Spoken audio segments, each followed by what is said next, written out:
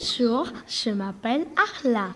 Soy una reportera francesa. Tengo mucha curiosidad por explorar y conocer estas nuevas tierras.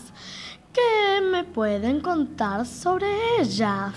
También era sacerdote jesuita, conté en una carta que la ciudad es tanto lo que ha crecido con la llegada de varios navíos, que sus moradores pasarían de 16.000 personas, y en orden a los edificios, ya todos son de ladrillos y teja y muchos de 2 pisos, rejas y balcones. Hola, mi nombre es Juan Francisco de España. Buenos Aires era pequeña.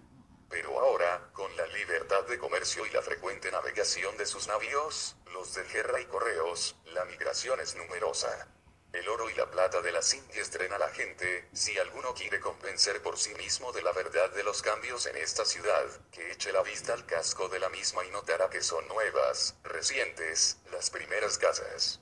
Además, no hay anciano que no confiese la pobreza con lo que se vestía y trataban en aquel tiempo.